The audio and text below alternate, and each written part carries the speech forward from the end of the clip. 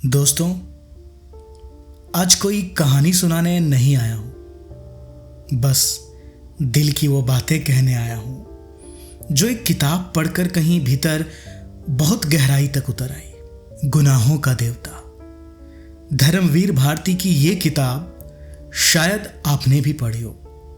अगर नहीं पढ़ी तो आज मेरी आंखों से देखिए, मेरे दिल से सुनिए। कड़क चाय की चुस्कियों के साथ जब आज फिर अलमारी से पुरानी किताबों की महक उठी तो एक नाम धुंध से निकलकर सामने आ खड़ा हुआ, गुनाहों का देवता। धर्मवीर भारती की यह रचना सिर्फ एक उपन्यास नहीं है, यह एक अधूरा प्रेम गीत है जो हर बार पढ़ने पर एक नया सुर छेड़ता है। यह कहानी नहीं, एक सुनी दोपहर है, एक भारी शाम है जो हर किसी के भीतर कहीं ना कहीं गूंजती है। जब पन्ने पलटे तो लगा जैसे सुधा अब भी खिड़की की ओर देख रही है और चंदर किताबों में मुंह छुपाए उसके हर सवाल से बच रहा है। उनके बीच जो था वो इश्क किताबों में लिखा नहीं गया, वो लफ्जों में नहीं खामोशियों में जीता गया। सुधा की मासूमियत, चंदर की उलझने, वो सामाजिक सीमाएं, वो आत्म बलिदान, सब कुछ जैसे एक सन्नाटा बनकर दिल के किसी कोने में अब भी जिंदा है।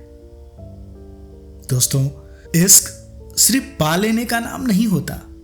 ये उपन्यास हमें सिखाता है कि कभी कभी प्रेम को शब्दों की नहीं, त्याग की जरूरत होती है।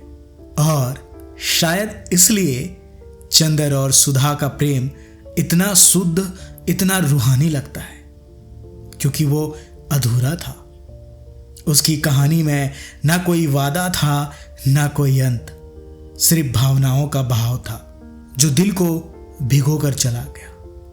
वो सुधा की चिट्ठी उस आखिरी पंक्ति में जैसे सारा ब्रह्मांड ठहर गया हो।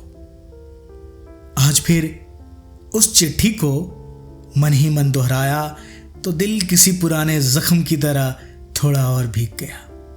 क्या आपके भी दिल में किसी कोने में अब भी चंदर की खामोशियां और सुधा की मुस्कान सांसें ले रही है? क्या आज भी कोई पहला खत आपने पढ़ा नहीं है? यह किताब पढ़कर ऐसा लगा जैसे कोई अधूरा खत अब भी सीने में रखा है, जैसे सुधा और चंदर की खामोशी अब मेरी अपनी सी लगने लगी है। मैं नहीं जानता ये एहसास कितना कह पाया, लेकिन अगर आपने कभी किसी को बेइंतहा चाहा है तो आप मुझे समझ गए होंगे।